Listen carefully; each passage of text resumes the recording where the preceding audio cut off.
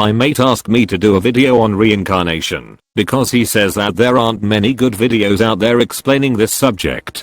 First up, in order to understand reincarnation, we need to understand the fundamentals of the soul. That we are not this body. There is a distinction between the body and the soul.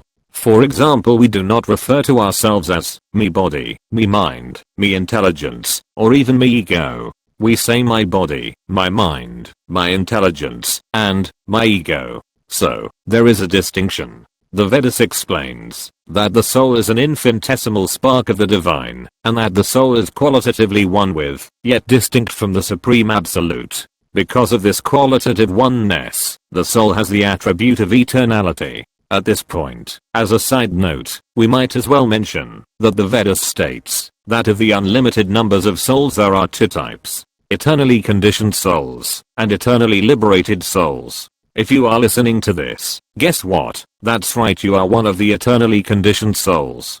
Conditioned soul means that the soul has been conditioned by material nature, and that conditioning has covered his original spiritual nature. The soul has two coverings, a subtle covering, and a gross covering. The gross covering is made up of the 5 base elements. They are earth, water, fire, air, and ether. The subtle body consists of the mind, the intelligence, and the ego. With these coverings, the soul acquires a material designation and considers himself a man, a woman, a student, a mother, a doctor, and so on. This is known as the dress of illusion. The original nature has been covered by a temporary material identity. When the body becomes old and infirm, the soul cannot remain there. The soul will transmigrate, leaving that body and accepting a new body. This is the basic tenet of reincarnation.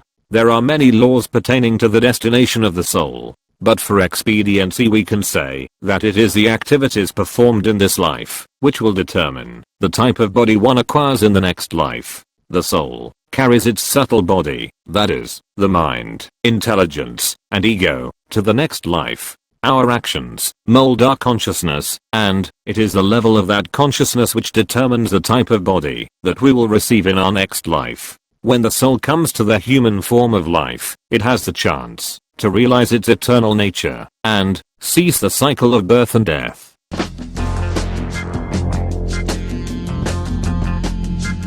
Here's some wisdom from the Bhagavad Gita. As the embodied soul continually passes in this body, from boyhood to youth to old age, the soul similarly passes into another body at death. The self-realized soul is not bewildered by such a change. Know that which pervades the entire body is indestructible. No one is able to destroy the imperishable soul. For the soul there is never birth nor death. Nor, having once been, does he ever cease to be.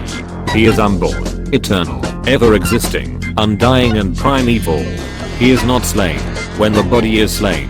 As a person puts on new garments, giving up old ones, similarly, the soul accepts new material bodies, giving up the old and useless ones. The soul can never be cut into pieces by any weapon, nor can he be burned by fire, nor moistened by water, nor withered by the wind. This individual soul is unbreakable and insoluble, and can be neither burned nor dried. He is everlasting, all-pervading, unchangeable, immovable and eternally the same. Some look on the soul as amazing, some describe him as amazing, and some hear of him as amazing, while others, even after hearing about him, cannot understand him at all.